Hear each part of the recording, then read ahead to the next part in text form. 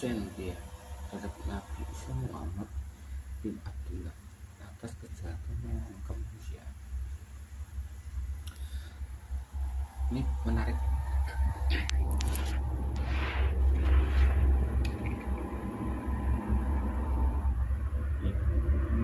Pembukaannya ya, perkosaan saat urusan dengan pedofil, tidak santun, tidak bermoral, membenci perempuan ya. Ini yang tertuduhnya ini Muhammad ya bin Abdullah.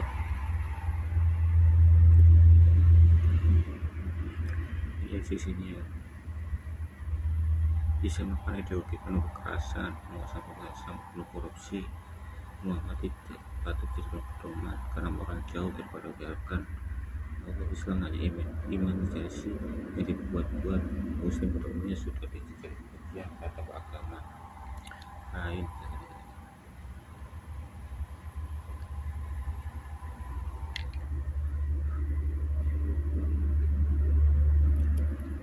Itu dari sini yang kirim ke ini saya sebut Islam adalah palsu dan Muhammad bukan Rasulullah, namun seorang terganggu secara mental dan seorang penyakit.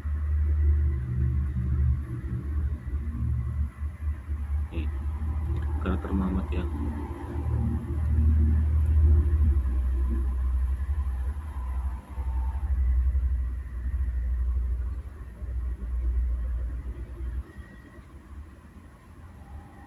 seharusnya seorang Muhammad harus cinta kasih, kejujuran, dan pada diri dan sebagainya. Tapi Muhammad ini enggak.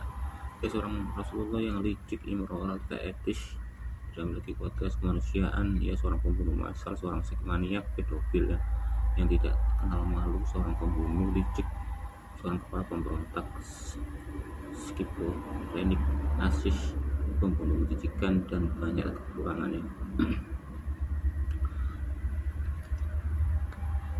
Jadi Muhammad ini juga sebagai pembunuh ya, assassin.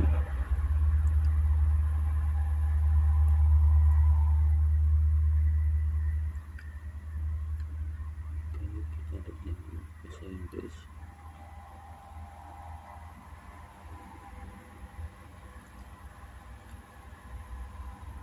Apakah cinta termasuk cinta bagi kalian sebagai manusia atau bagi apa saja yang disukai manusia? Apakah mencakup seks? Jika seorang laki-laki bukan jatuh cinta pada istri orang lain, apakah yang dapat diterima secara moral zaman ini? Menahan diri dari kejahatan guna melakukan tindakan yang diinginkan, nurani menahan diri segala tindakan jelek.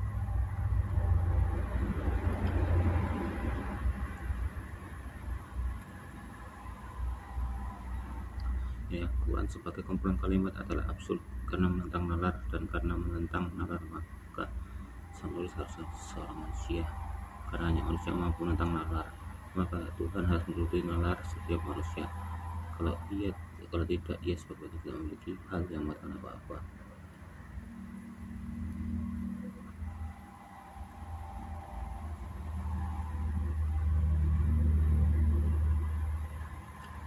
Ya, sekelompok muslim yang membunuh para atas perintah para sek pada abad 17 ya. Para sek memberikan mereka hasis dengan sangat tidak jelas jika definisi seperti assassin, suara yang mengatakan pembunuhan dengan cara mengejutkan, atau super stack. Jadi sistemnya dengan perangnya ya, atau membunuh orang itu dengan secara surprise attack, secara tiba-tiba.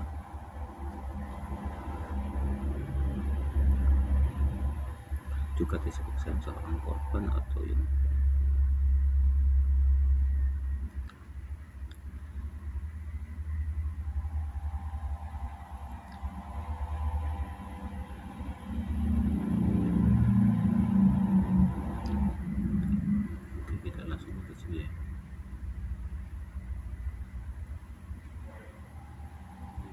pembelaan Anda. Muhammad sebagai manusia biasa, manusia akan mengatakan Muhammad juga memiliki kelemahan tidak sempurna, bukan alasan menghalalkan pembunuhan assassin.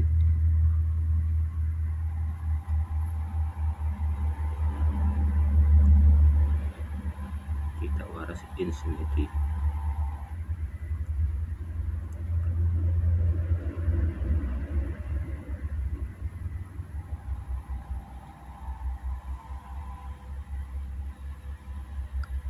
Dan kutipan Imam Ghazali ya, akademis Islam paling ternama kalau mencapai tujuan dapat dimungkinkan dengan berbohong, dengan menunjukkan kebenaran, membohongkan diizinkan jika tujuan itu diizinkan.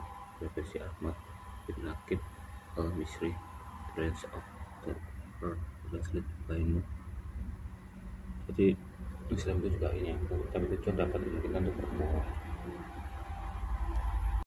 dengan menunjukkan kebenaran, membohong diizinkan jika tujuannya diizinkan.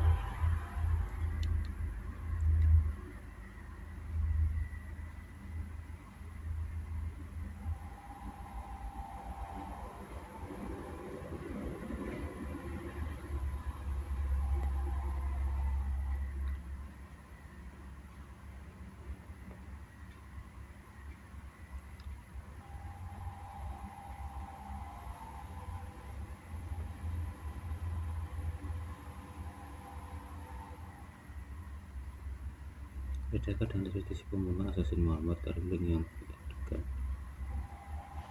Muhammad mengirim seorang untuk membunuh seorang lelaki tua berusia 120 tahun karena memperingati orang-orang Medina agar menjaga diri terhadap kebohongan Muhammad.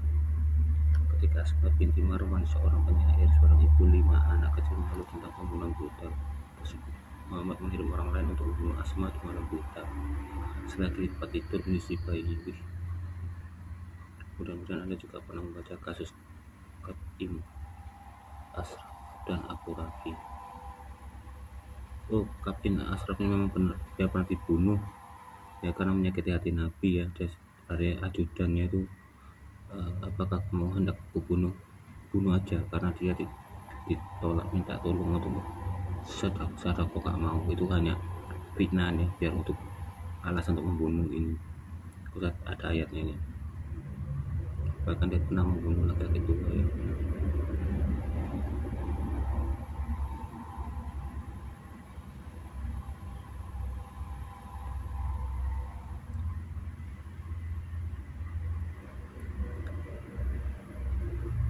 Padahal di sini ayat-ayatnya bagus-bagus ya.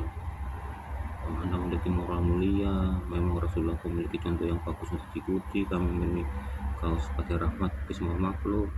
Sesungguhnya ini adalah kata-kata Rasul yang terhormat, tapi tak sesuai fakta.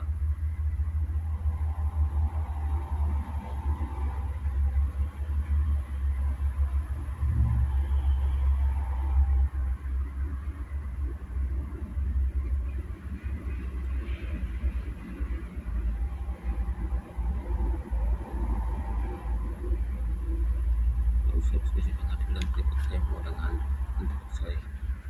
Muhammad adalah seorang gila perempuan, a lecherous woman share. Saya menyatakan bahwa mengingat kurang kualitas keimanan ini, ia bukan seorang Rasulullah, ia adalah seorang pemimpin yang suka sukses dan brutal, yang menipu pengikutnya agar mengikuti ambisi dan nafsunya ya. Ini saya buka ya link-linknya ini ya. Ini Maria, ini saya tahu Maria ini adalah seorang budak ya, dijadikan budak seks juga ya, sama Maria ini orangnya cantik ya. Tapi gak bisa dibuka ini, diblok sama pemerintah.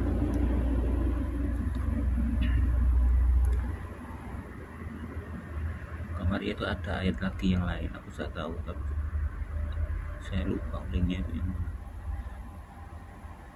Tak kira Maria Yesus, ternyata Maria lain budak.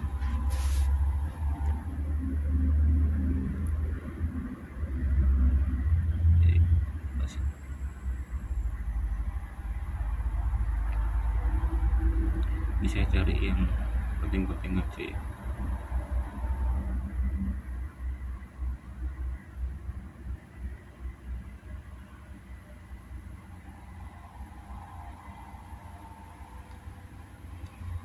Untuk Mister sebagai penuntut jadi yang teman saya itu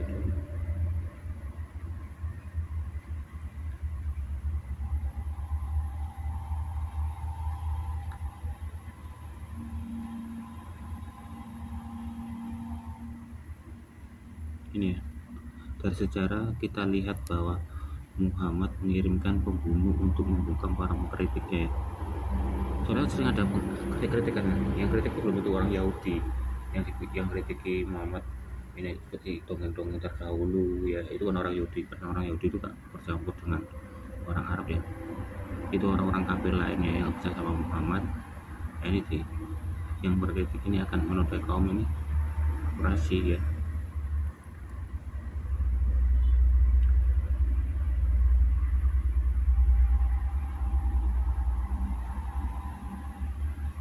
Sama ia sendiri mengkritik dan menodai kaum Quraisy. Padahal kaum Quraisy itu yang menemukan Ka'bah loh ya. Dia memang pertama kali yang sembahyang di Ka'bah itu. Tapi Muhammad ini malah mengkritik dan menodai agama kaum Quraisy, Yahudi dan Kristen, dengan mengatakan bahwa dalam mengubah agama. Oh jadi ini apa? Bukan mengkritik ya. Maksudnya ini orang-orang mengkritik Muhammad ya karena dia agamanya diubah gitu. Pakai agamanya dia sendiri asli itu dibunuh sama Muhammad, dibunuh.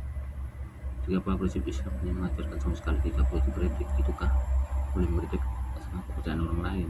Tapi Islam jangan. Jadi Muhammad ini boleh mengkritik siapa saja, tapi Islam jangan dikritik gitu. Iya, jadi buka ini tuh Right to Freedom ini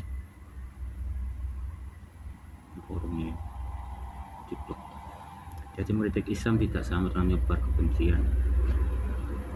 Bunuhlah ini ya, ini Quran ya 995 ya, ayat 5. Bunuhlah orang yang musyrikin itu di mana saja kamu semua mereka. Janganlah orang-orang mukmin mengambil orang-orang kafir menjadi wali ya. Quran 3 ayat 2. Sesungguhnya orang-orang musyrik itu najis. Quran 9 ayat 2. Itulah ayat penyebar kebencian ya.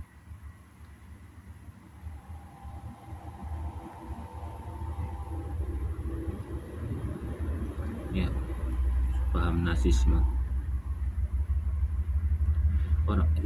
Orang nasi yang upload apa?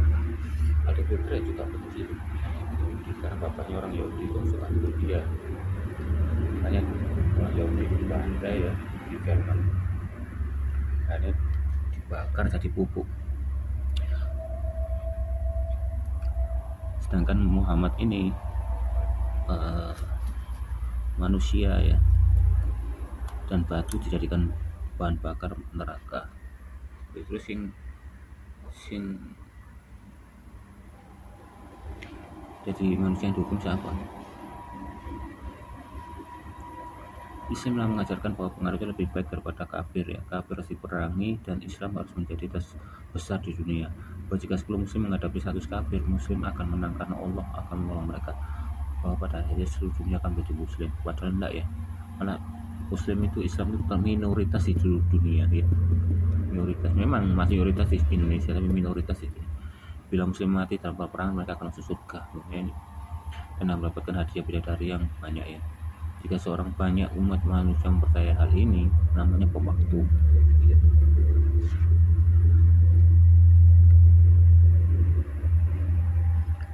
Nah, untuk menjinak bom ini, maka misi dari Fight the Freedom International mencoba menjangkau muslim sebelum terlambat kepada mereka bahwa itu Islam itu palsu. Justru yang apa ya, menaati Islam itu ya orang teroris itu, karena di ayat mana ya yang ada mengatakan, dan kamu mengatakan bahwa kamu masuk surga sebelum kamu berjihad ya. Anda mengajak para curi gambar umum ya.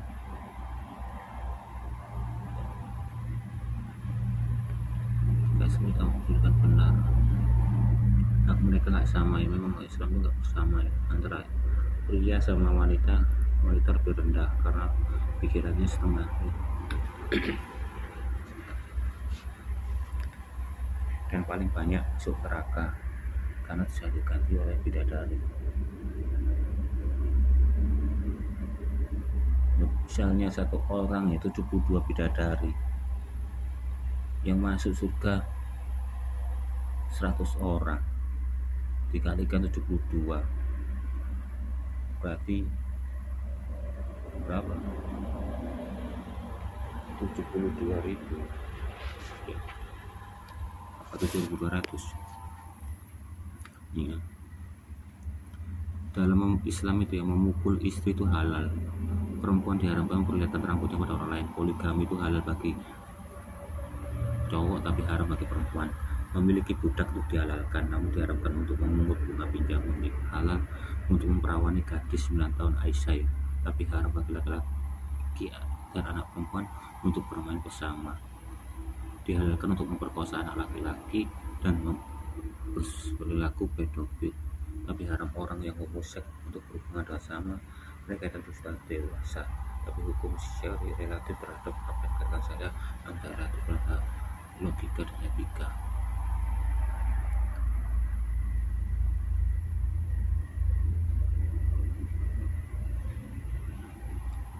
Anda berkata pada agama orang itu takkan tukar menukar istri, ya.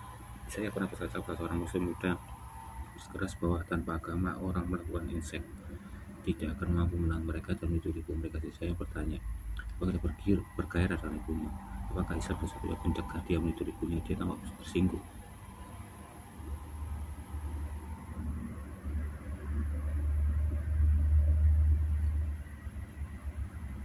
Perilaku seks bebas banyak kebudayaan menganggap hal itu dapat immoral.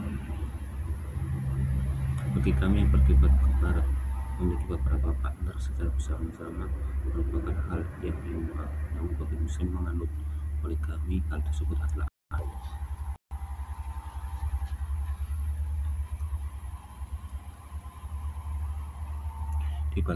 di satu bagian dunia perempuan melakukan poliandri dalam satu suku Inuit. Seorang pria akan menawarkan istrinya kepada tamunya untuk ditiduri. Perilaku mana yang disebut immoral?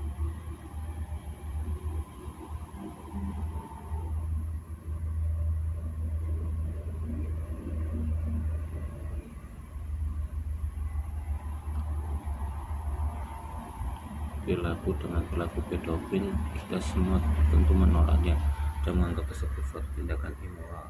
Tapi pada waktu Muhammad melakukan hal tersebut terhadap anak perempuan berumur 9 tahun, hal itu tidak dianggap immoral. Bahkan ayah Aisyah secara rela menyerahkan anaknya menikahi Muhammad sesuai dengan permintaan Muhammad.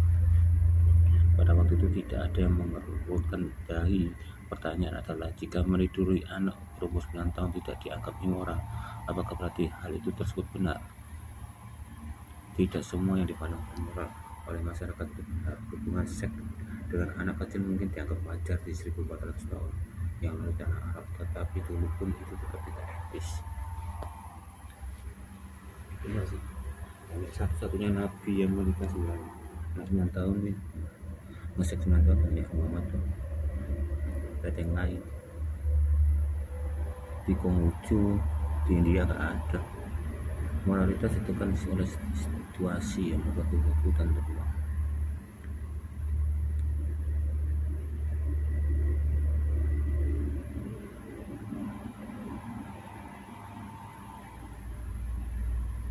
Sang Nabi lupa menanyakan hal tersebut karena para mantan budak yang sudah tua menjadi pengemis di jalan, sementara majikan mereka mendapatkan anugerah Allah karena telah membebaskan budak sambil menghindar diri merawat budak yang telah tua. Sekali merengkuh dayung kuat 30 lampaui. Jadi Muhammad ini budaknya banyak yang sudah dikawin, ya. Pas sudah tua itu dibebaskan jadi budak. Aslinya sebenarnya hanya menghindarkan diri dari merawat budak yang tua. Namun kekayaan Muhammad dan penguasa Islam justru berasal dari penjualan budak. Sekarang saya menjawab kekhawatiran Anda mengenai tukar-menukar istri. Saya menyebut hal itu sebagai ada persinahan, sekalipun dilakukan dengan sadar dan maksud. Memang ada ayatnya yang tukar-tukar istri. Apalagi ada pernikahan, ya. Jika kalau kamu menceraikan istrimu, ya, untuk balik, itu harus menikah orang lain sampai dia mencicipi madumu. Akhirnya ngesek dengan pria itu, baru boleh balik ke kamu. Kenapa bisa begitu? Jawaban sama dengan jawaban Berete Turdeau di hadapan Parlemen Kanada. Dia berkata, negara tidak boleh mencampur urusan kamar itu penduduk. 30 tahun lalu pemerintah Kanada mendengarkan, namun saya tidak pernah melihat orang sengsara yang menawarkan istri pada orang lain.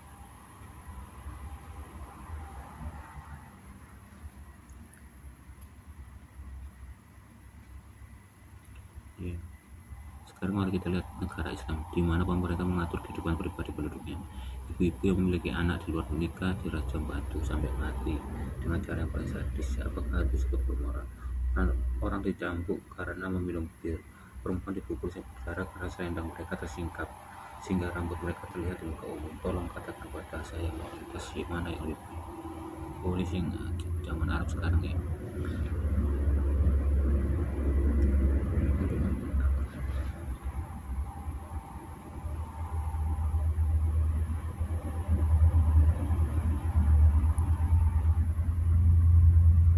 Jika berkali-kali pasangan disahkan misalkan melalui poligami, apakah hal tersebut tetap immoral? Mereka yang melakukan mungkin tidak memusingkan, tetapi hal yang tersebut tidak etis. Pernikahan adalah intuisi, bukan hanya anak-anaknya, tetapi seluruh masyarakat akan dipaksa.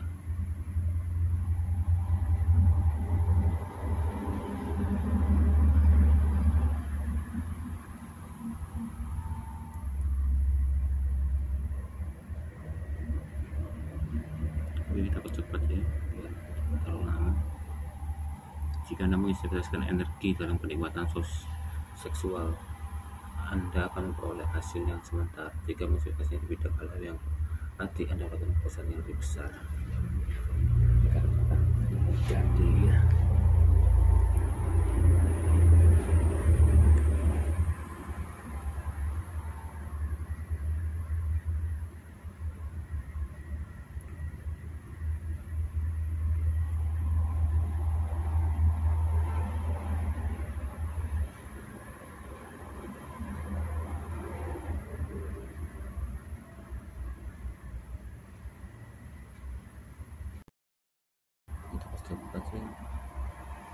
Soalnya ini berbentuk e-book ya, buku ya.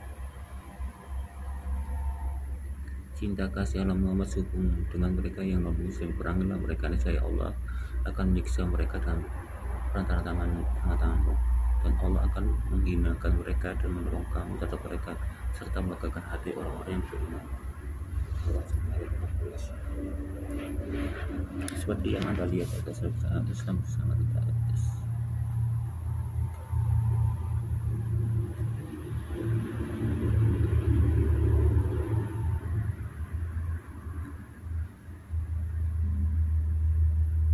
Ya, perlawanan saya ya, tujuannya orang bikin buku ini ya, perlawanan saya hanya tertuju pada Islam, bukan karena Islam adalah agama, justru karena Islam bukan agama.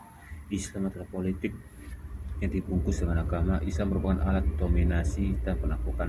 Islam memakai agama sebagai topeng untuk menyelusup dan menaklukkan.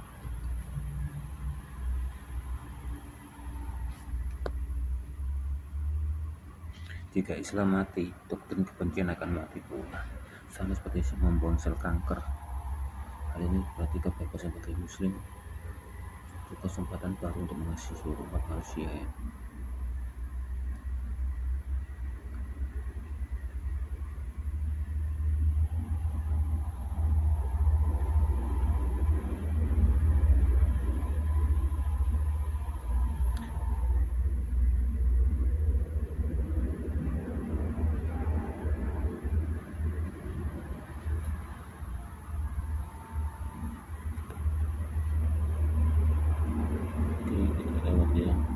Mengikuti sunnah bukan berarti harus menikahi 12 perempuan.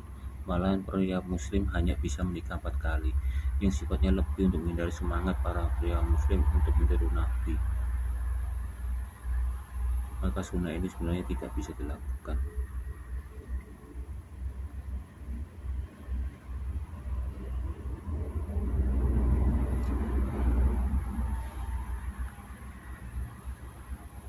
Sunnah untuk menikah 4 kali, bisa menikah 4 kali itu hanya sunnah, itu hanya untuk menghindari dari sifatnya buruknya Nabi Muhammad.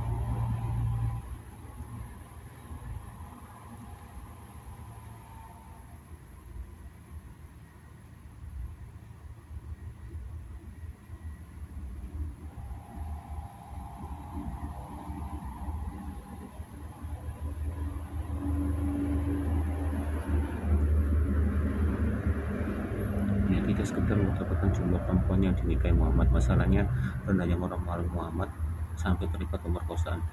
Muhammad menyerang rakyat tidak bersalah tanpa peringatan, membunuh semua pria, mengambil perempuan tercantik dan menyetubuhi pada hari yang sama.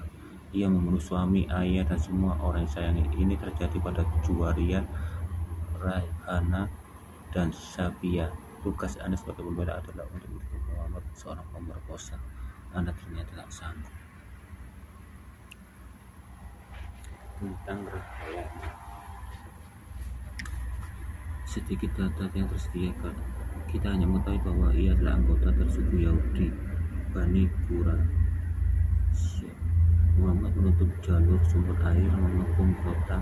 Ketika sisi kota menyerang, ia memerintah pemenggalan kepala semua pria, merampas harta mereka, termasuk istri dan anak mereka dijual sebagai budak. Raihana adalah perempuan tercantik di sukunya dan ia menjadi budak seks Muhammad. Ia menolak menikahi pembunuhan rakyatnya, namun harus menerima penghinaan untuk diperkosa penawannya sang Nabi besar Allah. Juwairiyah. Dalam sejarah bangsa Arab masa pra-Islam pernah ada pergolakan dan perang yang luas dan kebesarannya separah yang dilakukan Muhammad. Sang pendiri Islam. Pertempuran sebelumnya hanya pertempuran lokal yang terbatas pada percekcokan antar suku. Dengan lahirnya Islam tidak hanya perang tapi chaos and terror. Tidak ada siap-siap. Jadi komponen integral dalam sejarah ekspansi Islam. Pada awal karir Muhammad sebagai nabi, kota asalnya Mekah adalah kota yang damai. Dalam 13 tahun ia berkhotbah hanya sekitar 70-80 orang yang mengikuti ajarannya. Sedikit yang cuma 70.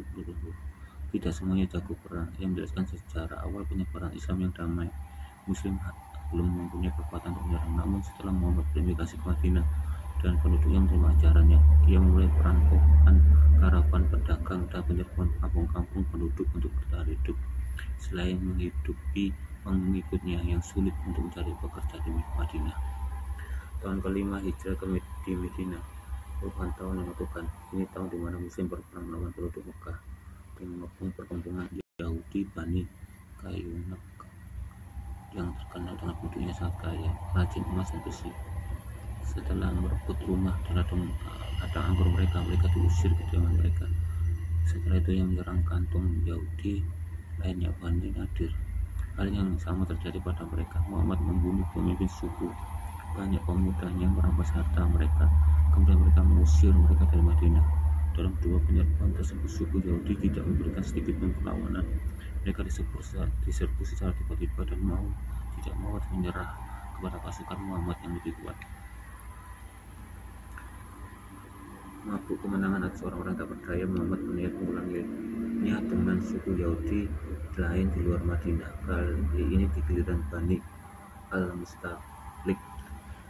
Bukhari Muhammad mengisahkan penyerbuan tersebut dalam hadis riwayatkan saya menulis surat kepada Nabi katakan bahwa Nabi tiba-tiba menyerbu Bani Mustalik ketika mereka sedang memberi minum anak mereka yang melawan dibunuh. Nabi mendapatkan Juwairiyah pada hari Pukul 3 nomor 11. Itu orang yang banyak orang Israel bukan gajah. Ini Muhammad. Hadis yang sama dicatat kembali di Sahih Muslim buku 19 nomor 4292 yang berbuat otensitas hadis peristiwa tersebut ya. Muhammad mencontoh agamanya dari paham Judaisme dan berharap kaum Yahudi menjadi pertama jadi pengikutnya. Aku tahu memang Muhammad ini memang mencontoh agamanya dan ingin orang Yahudi itu untuk mengaku dia jadi nabi. Tapi pernah orang Yahudi itu menjawab ya ada hadisnya. Jika memang dia seorang nabi, kenapa urusannya kayak menikah perempuan itu di tafsir ya, tapi sistem bahasa Inggris. Namun mereka sama sekali tidak tertarik beragama Muhammad itu. Dia tak pernah memaafkan mereka karena begitu marahnya ya Muhammad ini terhadap orang Yahudi tidak percaya sebagai nabi, sehingga ia pun mengubah arah kiblat dari Yerusalem ke Ka'bah yang waktu itu hanyalah sebuah kuil kemudian dewa. Muhammad dalam kemarahan mengatakan bahwa Allah akan mengututi Yahudi menjadi monyet dan babi karena menolak. Oh, ini pas waktu kutukannya loh. Yahudi jadi monyet ini dari ini peristiwa ini. Quran 5 ayat 60 dan Quran 2 ayat 65. Ia pun menjadi kaum Yahudi kambing hitam sebagai alasan untuk mencari pengikut. Ya. Ia jadi menggunakan taktik adu domba. Istilahnya defeat it imper antara kaum Arab Medina yang miskin dan kudu yang bekerja di kebun anggur milik kaum Yahudi dalam artian seperti kaum Arab ialah imigran dari Yaman. Ya, ini memang Arab Palestina itu orang imigran, bukan orang pribumi. Ya, Filistin itu orang pribumi. Ya, Filistin itu dari orang aslinya dari ini Eropa, yaitu Yunani. Makanya baju perangnya itu atas kepala helmnya itu ada sapu, kayak sapu gitu. Dan orangnya kuat-kuat ya. Dan ada juga keturunan raksasa, makanya Daud melawan raksasa. Dan Filistin itu pekerja rajin keras, bukan seperti orang Arab atau Palestina ya. Dan dia itu juga mampu angkat berat ya, tapi sayangnya dia umurnya nggak panjang karena dia suka kawin saudara lah ya. Tapi sekarang sudah musnah ya. Pertama terakhir kali memang Israel itu diberi kesempatan untuk biar ada keturunannya ya di dekat pantai itu ya, di Gaza itu. Tapi dibantai habis sama di zaman Babilonia ya. Terus habis itu di Gaza itu perang Israel sama Mesir ya. Tapi hebatnya Palestina ini ya, dia menggunakan strategi kayak ini Soekarno. Nah, waktu Jepang itu dibom atom kan tahu kan ya, Soekarno ya, seluruh Soekarno CS nya itu tahu semua bahwa itu Jepang bisa kalah ya. Dia cepat-cepat deklarasi kemerdekaan ke PBB biar nggak dijajah ya. Itu istilahnya bikin nama lah di PBB. Nah itu sama seperti Israel ketika Yahudi dan Mesir itu sudah nggak ada menang nggak ada kalah ya. Nah kalau tengah-tengah itu Palestina langsung mengajukan Gaza itu adalah bertanya. Makanya tapi sekarang nggak berapa resmi ya, makanya di Wikipedia itu Palestina itu status negaranya itu sengketa ya. Ya kaum Arab ini imigran dari Yaman, sementara kaum Yahudi sudah tinggal di Medina selama 2000 tahun tuh. Di Medina tuh orang Yahudi sudah 2000 tahun di sana ya. Dengan merampas harta majikan, menjual majikan mereka kepada perbudakan untuk tambahan harta. Para pekerja ini diyakini bahwa perbuatan mereka bukan saja benar, namun diridhai Allah. Muhammad telah mendapatkan agama yang sangat menguntungkan dan mulai penyebaran dengan perang. Muhammad mengirim salah satu pengikutnya, Baidah bin Asmatai Bani Al-Mustaqlid, dan memberitahukan jika keadaan menguntungkan. Petikan dari salah satu Islam ya, kedatangan pasukan muslim membuat panik Haris. Ia dan pengikutnya melarikan diri meskipun begitu penduduk Quraisy mencoba mati-matian mempertahankan diri ya. Musuh menyerang tiba-tiba, banyak korban jiwa yang melayang, dari lebih 600 orang ditawan. Hasil rampasan mencakup 2000 onta ya dan 5000 kambing. Di antara kawanan perang terdapat para anak Haris yang kemudian namanya Nabi Hasad Juwariyah atau istri Nabi yang mulia. Dan praktek kata perampasannya dan tawanan dibagikan antara pasukan muslim. Hasrat Juwariyah dimiliki oleh Thabit bin Qais ya, karena perempuan ini adalah anak pemimpin suku dan telah hina untuk jadi budak oleh prajurit muslim, maka meminta dibebaskan dengan tebusan uang. Thabit menyetujui jika ia mempunyai 9 keping emas, namun Hasrat Juwariyah tidak punya apa-apa, hartanya telah terampil habis. Dia pergi menghadap Muhammad untuk minta bantuan agar diselamatkan dari penghinaan ini. Saya memohon agar Anda melakukan satu tindakan kesaksian dan menyelamatkan saya dari hinaan ini. Hati Nabi menjadi tergerak dan berkata, apakah ingin hal yang lebih baik Juwariyah? Bertanya, apa maksudnya? Nabi berkata bahwa ia akan membayar uang tersebut kepada Thabit dan meminta Juwariyah menjadi istrinya. Bantu harus itu ya, jadi istrinya. Hasrat Juwariyah kemudian cucunya ya. Bisa tersebut menceritakan pernikahan Nabi dengan Juwariyah yang menarik. Muhammad membuat Allah berkata bahwa ia mempunyai moral yang maha mulia. Kata-kata muncul dari moral mulia ya di Quran 68 ayat 4. Dan sebenarnya Nabi ini adalah contoh sempurna untuk diikuti, yaitu di Quran 33:21. Pertanyaan adalah, benarkah ini? Ini asal mulanya di mana tuh turun ayat ya. Makanya kalau Muhammad itu setiap ada masalah apa turun ayat semua.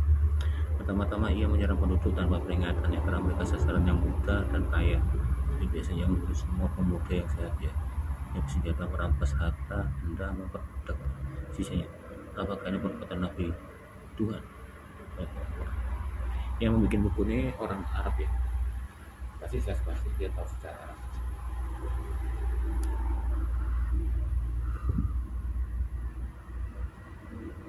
Ya, sangat jelas bahwa hati Muhammad itu tidak tergerak oleh kasihan, namun oleh nafsu birahi.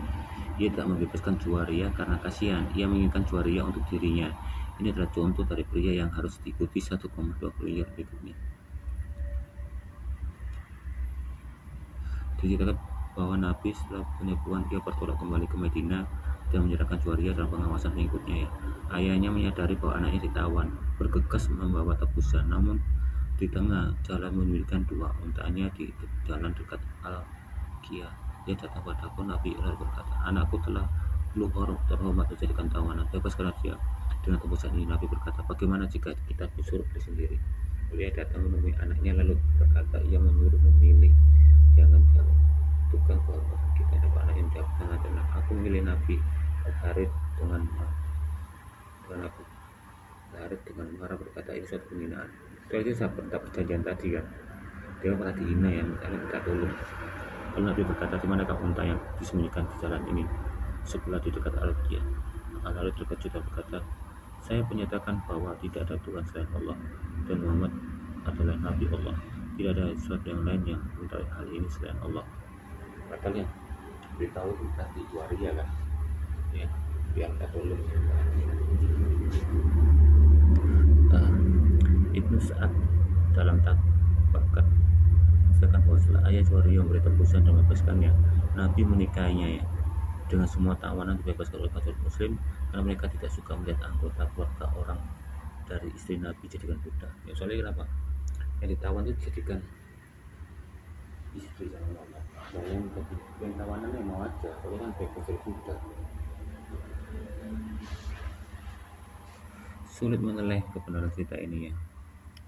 Cerita bahwa Muhammad membayar tebusan pada tabib, sedangkan yang lain mengatakan bahwa ayahnya Juwaria yang membayar tebusan. Juga ceritakan bahwa kemampuan Muhammad untuk menebak masa depan lainnya, seperti yang terjadi dengan unta yang diunjukkan. Ini membuat sulit percaya ya, padahal isi dibaliknya kan sudah ceritakan tadi ya.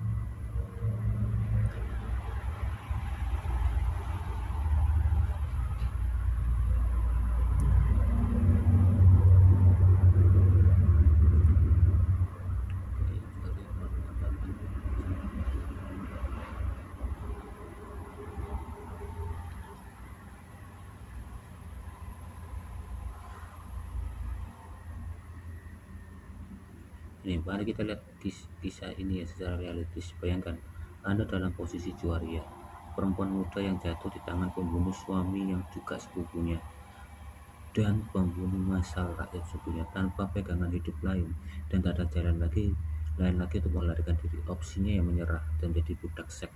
Seorang yang menjadi pemimpin para penyerangan, Juwaria terpaksa memilih opsi ini, mencoba bertahan. Tak heran kalau saat dapati Muhammad dalam keadaan sibuk bersolat dengan harapan ia akan meninggalkan sendirian dan dapat kesenangan dari istrinya yang lain. Namun Muhammad adalah bandel tua licik dan menyindir berat sebelah dalam timbangan. Ia merampas alasan Juwaria untuk menghindari nafsu seks Muhammad.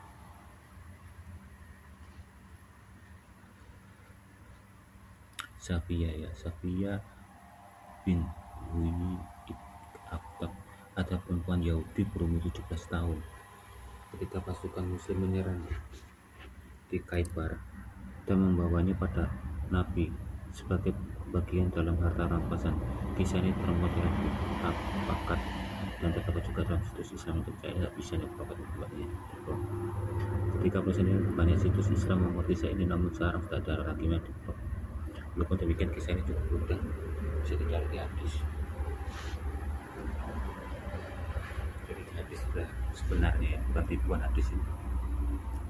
Siapa lahir di Medina ya, dibesarkan oleh suku Yahudi Banu Inadir. Ketika sukunya terusir dari Medina, Abu Yai adalah salah seorang yang tinggal bersama di Kaibah dengan Kinana ibn al-Rabi, pria yang menikahi Syafiyah. Tak lama sebelum Muslim menyerang perkampungan tersebut, ia berumur 17 tahun. Yang sebelumnya adalah istri dari Salam ibn Misa yang menceraikan 1 mil jauhnya dari Khaybar. Sang Nabi menikahi Saibah. Ia dipersiapkan dan didandani oleh Sulaim, ibu dari Anas ibn Malik. Di sana mereka berdua bermalam. Abu Ayyub al-Ansari menjaga tenda sang Nabi semalaman, dan ketika fajar Nabi melihatnya terus berjaga-jaga. Nabi bertanya, alasannya? Karena dia menjawab, saya khawatir tentang perempuan ini denganmu.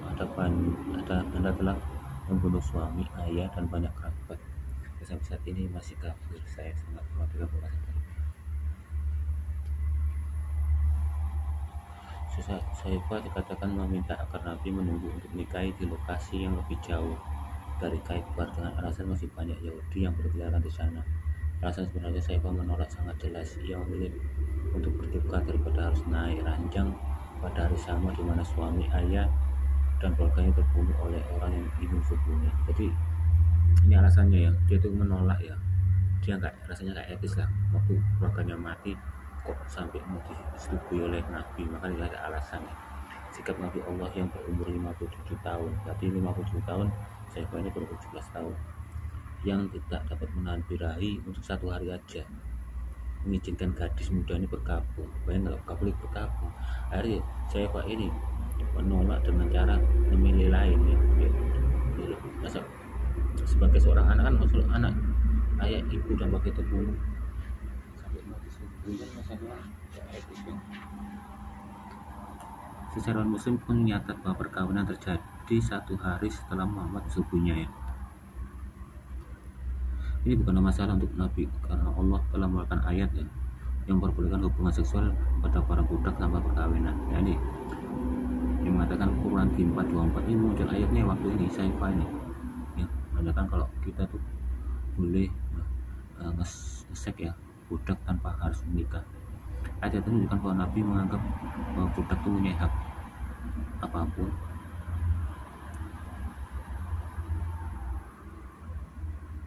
Ini membuktikan bahwa Nabi itu tidak menganggap bahwa budak itu punya hak apapun ya. Anda bisa saja perempuan yang telah menikah dan berpakaian, namun jika Muhammad ikut menyerang kotamu, kamu akan kehilangan semuanya hak yang kamu punya, sementara suamimu dibunuh atau diperbudak.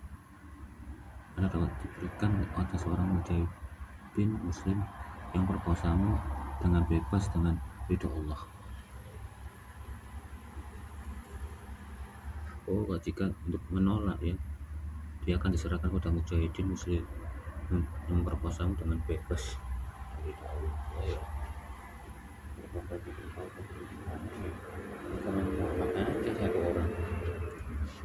Mari kita lanjutkan kisah Saifiyah ya.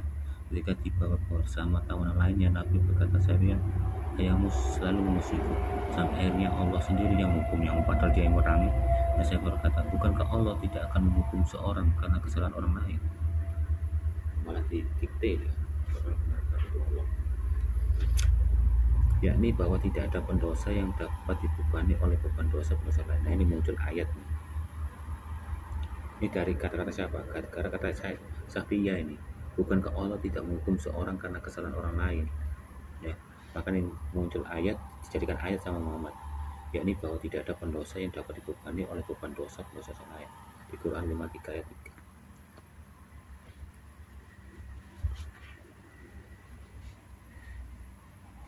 Ini Hitler raja ya, tidak pernah mengeklaim bahwa Tuhanlah yang membantai kaum Yahudi di perang dunia II. Lu bayangkan, masih hebat Hitler gimana Muhammad mengeklaim bahwa yang membantai Yahudi itu Allah, tapi Hitler pun sendiri ya mengeklaim bahwa yang Yahudi di perang dunia II dia sendiri yang membunuh ya.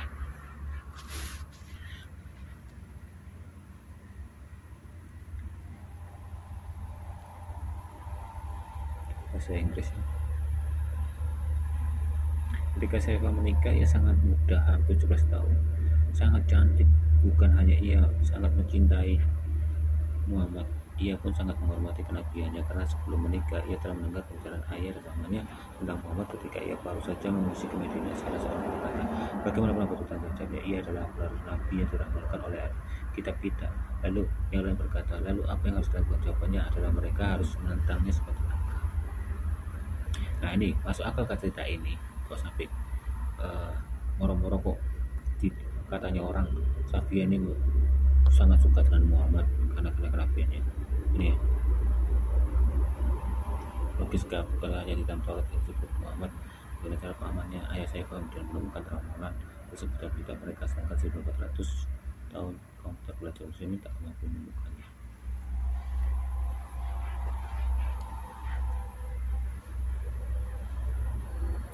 Saat itu aku mulai sadar akan kebenaran Nabi dengan sukarela. Ia merawat dan medan butuh dan menyenangkan Nabi. Jadi berbagai cara hal ini jelas pada saat keterangan dari Nabi. Anda tidak melihat pernyataan pertentangan sang penulis Muslim. Oh, ini yang menulis Muslim, seorang orang Safiyah itu sadar akan kebenaran Nabi ya. Padahal tadi mengatakan bahwa Saifah ditawan, diserahkan Muhammad sebagai tawan. Berarti Saifah itu tidak datang dengan sukarela. Dia ngomong di sini sukarela ya. Di ceritanya Islam itu Saifiyah itu ngomong kalau misalnya dia cerita yang nggak sukarela, namun dia di pada hadapan sang Nabi, dia masih muda dan tercantik di antara tawan lainnya. Bukhari mencatat pertemuan Muhammad dengan Saifah pertemuan Khaibar dalam hadis dirasikan oleh Abdul Aziz. Kata Anas, ketika Nabi menyebut Khaibar, orang-orang di kota berseru Muhammad dan pasukannya datang.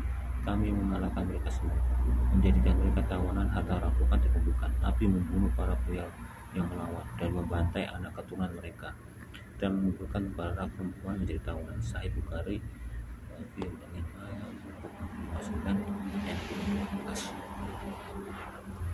kemudian dia ya datang menghadap Nabi berkata, oh Nabi Allah, berikan aku seorang budak perempuan dari para tawanan. Nabi berkata, pergilah dan ambillah budak perempuan yang mana saja. Lalu yang mengambil Safiyah bin Huyai. Namun seorang pria datang kepada Nabi berkata, oh Nabi Allah, kamu memberi Safiyah bin Huyai kepada dia, sedangkan ia adalah istri pemimpin suku Quraisy dan ia seharusnya adalah milikmu. Maka kata Nabi berkata, bawa dia bersamanya. Maka dia pun datang bersama saya. Dan Nabi berkata, carilah budak perempuan lain di antara para tawanan. Kemudian Nabi mengambil dan mengawini dia. Budaknya Nabi mungkin sangat banyak loh, mungkin 100 lebih ini. David telah berkata pada Anas, apa mahar yang diberikan sebagai mas kawinnya? Dia berkata, dirinya sendiri merupakan mahar yang harus bayar ketika Nabi menikahinya. Bicara Sulaim mendandaninya untuk upacara pernikahan. Malah ia langsung diantar sebagai pengantin untuk Nabi. Mahar uang yang diterima pengantin perempuan satu, kamu tidak membayar mahar karena ia harus membayar pada dirinya sendiri karena menikahi seorang budak.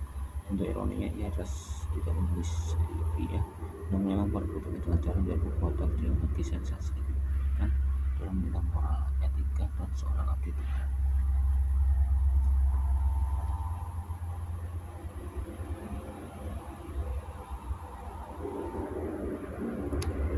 Kisah ini membuat kisah miris mendengarnya pada zaman sekarang. Namun laki-laki Muhammad mengejutkan kita dengan ajarannya bahwa dengan menikahi Safiyah dia akan menerima dua imbalan. Pertama, dengan mahar karena menikahi gadis budak yang diperbudaknya sendiri dengan sengaja. Kedua, ia dapat menikahi gadis tercantik yang 40 tahun lebih muda darinya. Abu Musa pun melaporkan bahwa menurut Muhammad, barang siapa membebaskan seorang budak dan menikahi, ia akan diberi dua imbalan.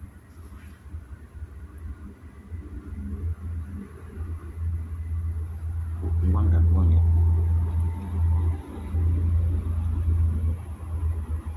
Politik.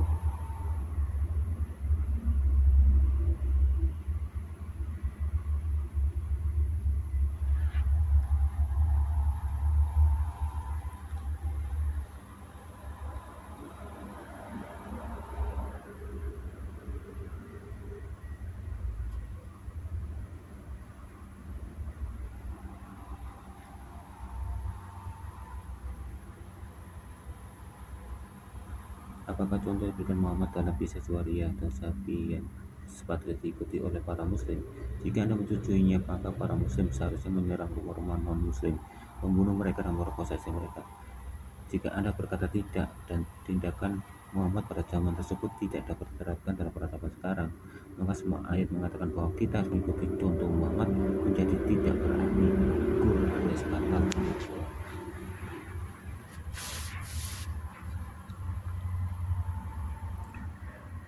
Muhammad bukan hanya figur sejarah. Washington mungkin meniduri budaknya pada zaman tersebut. Mungkin tindakan itu dianggap biasa, namun tidak ada orang yang mengatakan bahwa tindakan merupakan contoh yang harus diikuti untuk segala zaman, untuk semua bangsa. Washington aja yang pernah meniduri budaknya itu hanya satu aja, ini ada budak nih. Pertama, Muhammad bukan contoh baik yang harus diikuti. Kedua, ayat Quran menyatakan contoh yang harus diikuti adalah Nabi zaman adalah palsu. Karena itu ia melakukan suri. Al-Quran tidak dapat diandalkan keasliannya. Kenapa kebanyakan muslim tidak mengikuti contoh yang diberikan Muhammad walaupun ia menyuruh begitu? Apakah sekarang standar moral muslim lebih tinggi daripada Muhammad? Mengapa kita harus mengikuti orang-orang standar moral yang lebih rendah dari kita? Syukurlah kebanyakan muslim tidak mengikuti contoh Muhammad walaupun memang ada benar-benar mengikutinya. Osama bin Laden contohnya. Bayangkan apa yang terjadi jika lebih banyak muslim sepertinya dan menjadi muslim yang sebenarnya. Iya, karena setelah orang yang sebenarnya yang mengikuti agama Islam. Muslim yang tidak mengikuti contoh Muhammad adalah muslim yang tidak taat. Muslim yang taat berbuat banyak hal membawa bencana dan perbuatan setan lainnya. Semakin muslim mengikuti Al-Quran, semakin berbahaya tindakan terhadap kemanusiaan. Bukankah ini membuktikan bahwa Islam adalah ajaran setan? Jika ajaran agama saya menyuruh untuk memerangi tetangga, membunuh budak, memperkosa mobil istri, atau sebanyak mungkin tawanan, mengapa saya tak boleh melakukannya? Mengapa Anda kemudian mengatakan akal kita? Yang benar ya, soalnya ada ayat ya untuk boleh memukul istri kakak nurut. Meskipun suaminya itu kakak kita harus nurut. Begitu juga anaknya nggak nurut pukul, kenapa kamu harus lapor polisi? Ya berkata gitu. Aneh kok para bukti-bukti ini, para bunda-bunda ini kok lapor ke KDRT. Permasalahan dua ya, ini katanya panjang ya, saking banyak ya.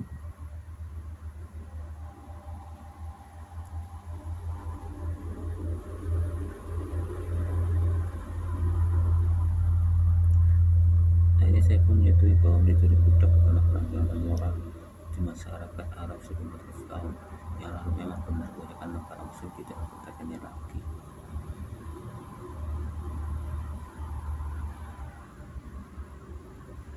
Penuntut menganggap Bukhari seorang penulis biografi Muhammad terbuka karena memang begitulah kebanyakan orang muslim menilainya yang merupakan sumber sunnah dan aturan umum syariah.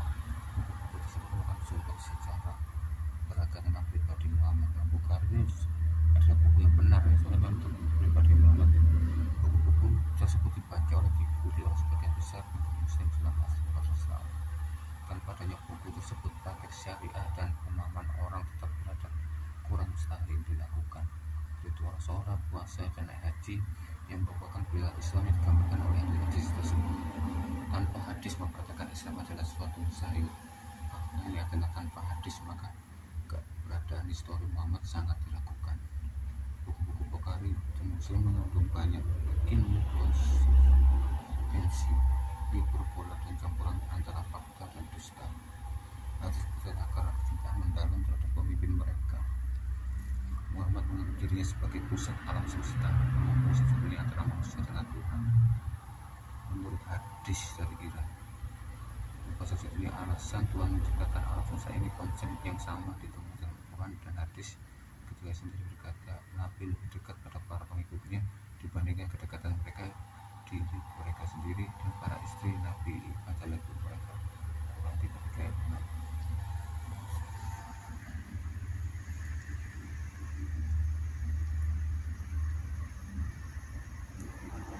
Kami punya bukti yang cukup dari Quran maupun hadis untuk menuduh terdakwa dan dikatakan bersalah. Ini buku ini istilahnya ceritakan dia itu seolah-olah dia itu pengen mendakwa Muhammad agar disidang, yang mau cerita kayak gini. Dan terdakwanya adalah Muhammad, ya istilahnya bukan begitu. Muhammad menyatakan bahwa dia bermoral yang baik, tapi tidak sesuai. Muhammad mengikuti contoh masyarakat pada masanya yang dia sendiri menjadi sebagai jaliyah, bukan kayak yang memberikan contoh lebih baik, tapi malah itu biasa-biasa buruk. Yang jangan jaliyah itu nggak dibuang ya, tetap Muhammad ya. Ya orang-orang percaya waktu itu Nabi ya, kalau misalnya membuang kabar dan tidak membuat ayat batu hajar aswad mengucapkan salam kepada Nabi Muhammad ya, dia nggak akan jadi Nabi di Arab. Hasil pengikutnya menjadi bingung ya. Diikuti oleh miliaran orang yang tertipu karena Muhammad sendiri mengatakan bahwa ia adalah contoh yang baik untuk diikuti. Muhammad bukanlah pembaru, contoh yang baik ya.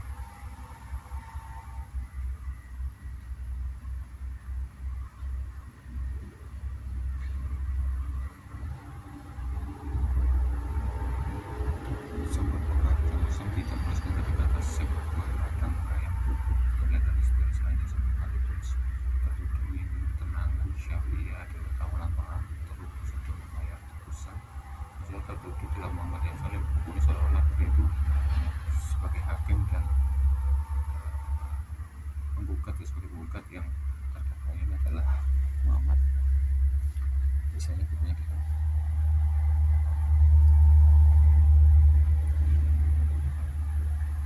Wali Makassar mereka tidak akan dihadiri banyak orang berkunjung cinta istrinya ini Saifah.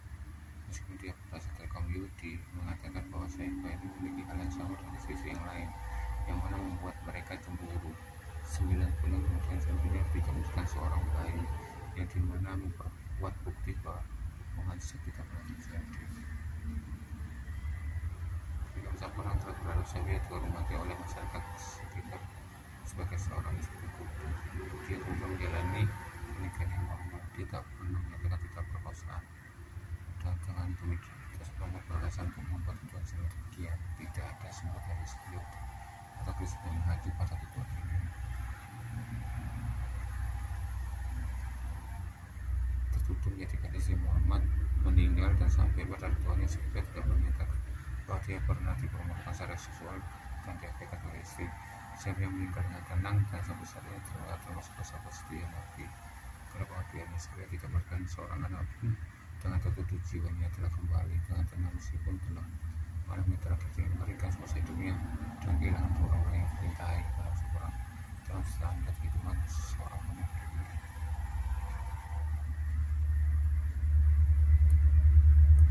Nah ini adalah pembelanya itu adalah seorang Bukhari lah, mengatakan hadisnya itu dia diperkosa Juwaria ini tenang. Nah ini yang punya bukunya seorang ini Muhammadnya terdakwa ya penolakan kasus pemerkosaan dituduhkan berdasarkan berduga urusan privasi. Pembela dalam menjelaskan untuk ketahui ya bahwa pembela menyikapi tulisan di website tentang pernikahan perbudakan istri tertuduh masih. Sedang sikap penuntut berdasarkan birahi terjadi hubungan seks dan perkara kembali secara hubungan pada seks tidak terjadi kecuali dibuktikan dengan bentuk gambar. Bagaimana ada gambar? Terima kasih.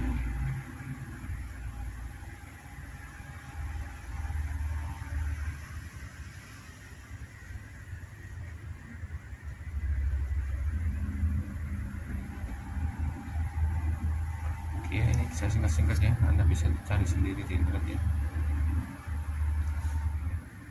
Ini buku ini menceritakan tentang sejarah Muhammad ya, tapi dibuat seolah-olah tuh kayak Muhammad itu disidang ya atas dosanya dan dibela oleh Bukhari dan Tafsir hadisnya ya, misalnya begitu.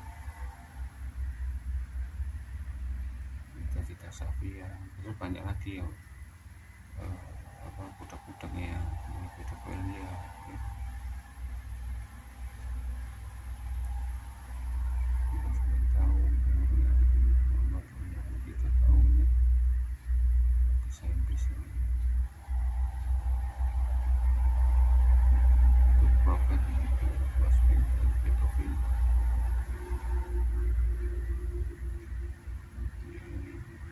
itu semuanya.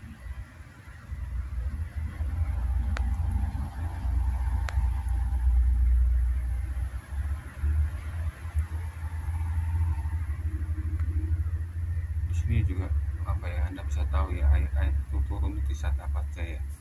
Di sini dijelaskan ya. Iya, dibandingkan Aisyah bahwa Nabi menikah saat 6 tahun, satu perkawinan saat 9 tahun baru disekin ya.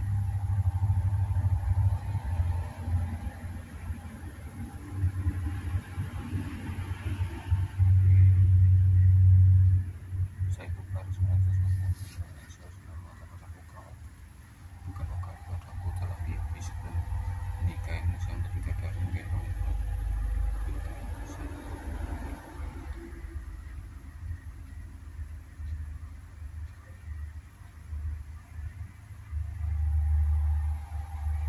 ya.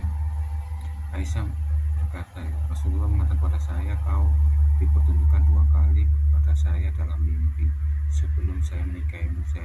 Dia berkata dan menggendongmu dalam selendang sutra. Nah, ini Aisyah dibohongin, seolah-olah Rasulullah mengatakan aku mimpi 2 kali padamu, saya lebih dari menggendongmu, seolah-olah menunjukkan pada itu dalam mimpinya kamu cucuku. Ya, anak kecil apa ya, kecil kayak si pemain yang mau kecil gitu kayak tambahannya.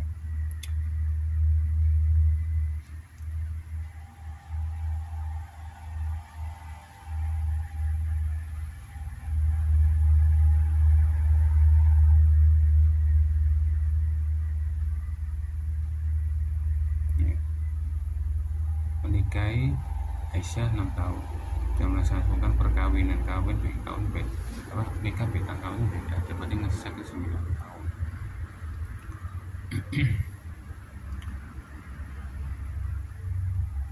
Iya, Rasulullah misalnya menikahi saya saat pada 7 atau 6 tahun ya. Ketika tiba di Madinah, beberapa perempuan datangi versi bis rumah buat datang ke saya saat saya bermain di ayunan. Bayangin Aisyah masuk main ayunan ya. Mereka saya bukan di Indonesia ya. Lalu tiba Rasulullah, dia tinggal bersama saat saya bilang, bayangkan permainan ayun-ayunan ya, masih di ujungnya.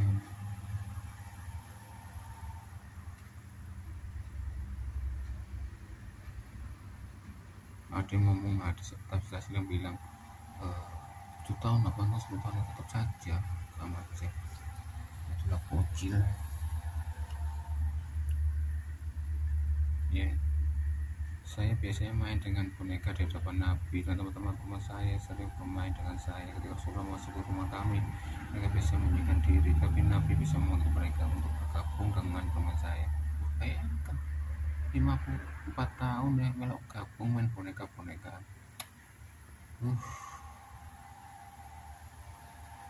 Bermain dengan boneka atau benda-benda yang mirip orang dilarang, tapi tidak bagi Aisyah karena ia masih anak kecil, belum sampai pubertas.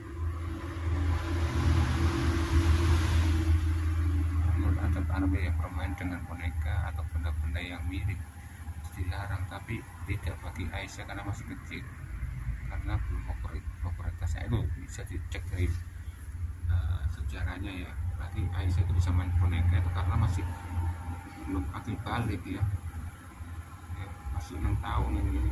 Bisa ada dalil kamu bilang masih gede. Dan saya Bukhari nomor 331 Aisyah melaporkan bahwa Rasulullah menikahinya 1 tahun, dibawa ke rumahnya ketika ia berusia 9 dan menikah bersamanya dengan Nabi. Aisyah berusia 18, jadi Rasulullah meninggal itu Aisyah masih posisi umur 18 tahun. Wow.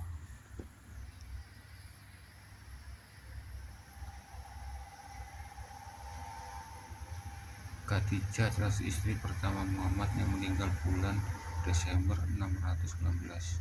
Pada saat itu Muhammad yang lahir tahun 570 berumur 49 hampir 50. 2 bulan setelah kematian Khadijah, Muhammad menikahi Saudah. Pada saat bersamaan dijodohkan pada Aisyah 3 tahun. Kemudian ia melanjutkan perkawinan dengan Aisyah yang masih berumur 9 tahun.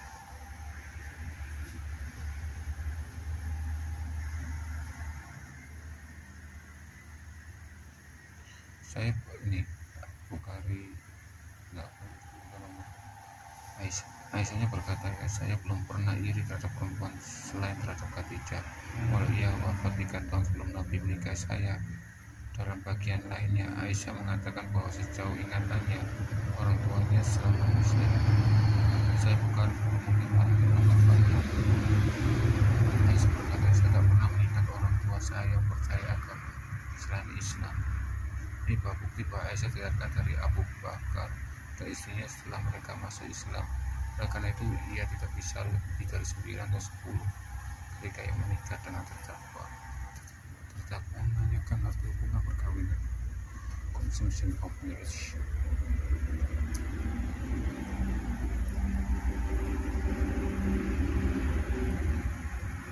Saudara hubungan perkawinan hanyalah satu hal yang membalas jelas memberikan arti lain bahwa ia menganggap hubungan perkawinan hanya sebatas pada meraba-raba, karena Aisyah sering melapor bahwa Muhammad meraba-raba para istrinya. Meraba-raba anak di bawah umur adalah pedofilia. Ini menjijikkan, memuakkan, dan harus dihukum. Lepas Abu Bakar dan masyarakat jahiliyah ketika menyetujui hubungan perkawinan yang masih terdakwa orang dewasa sehubungan dengan aktivitas seksual anak.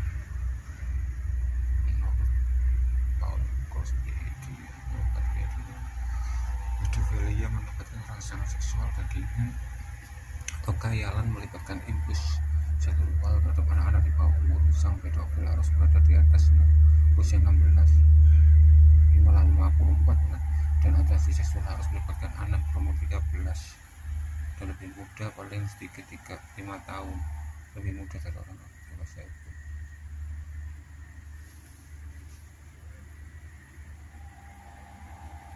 Pedofil. Muhammad berumur 54, bandot tua ya. Sedangkan Aisyah hanya 9 tahun. Bahkan ABG aja masih belum. Divisi ini pedofilia ini nggak dianggap ini lebih parah daripada pedofil ya. Soalnya menurut ini ya, Hall of PhD ya, Universitas Missouri Kansas, pedofilia itu yang ini ya, seorang pedofil harus berada di atas usia 16 ya.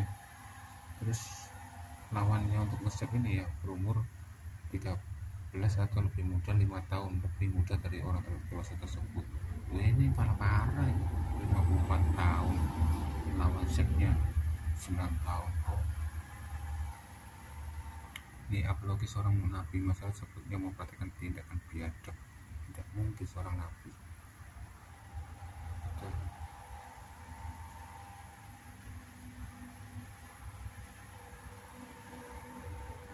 Kepada rekan muslim, saya minta untuk membayangkan putri adik saudara Anda yang berumur 9 tahun digagai dan diraba seorang laki-laki berumur 54 tahun. Bahkan jika kau menyintai Muhammad, kau harus mengutuk tindakan ini. Kalau tidak, bagaimana kau bisa mengajar? Tetap rasa malu akan berbalik hatimu. Aku bersaksi tiada pedofil lagi. Oke, ini panjang ya, sih banyak nih. Anda bisa lihat sendiri bukunya ya. Ini bukunya ini adalah bagus ya, sejarah Muhammad di sini. Soalnya yang bikin orang Arab sendiri. Jadi tahu terjadi hal ini punya pengadilan Sentia ya. Jadi bukunya seolah-olah mengadili Muhammad ya, terus mungkin terdakwa. Oke, ini sekarang 1 jam, 1 jam setengah 1. Biasanya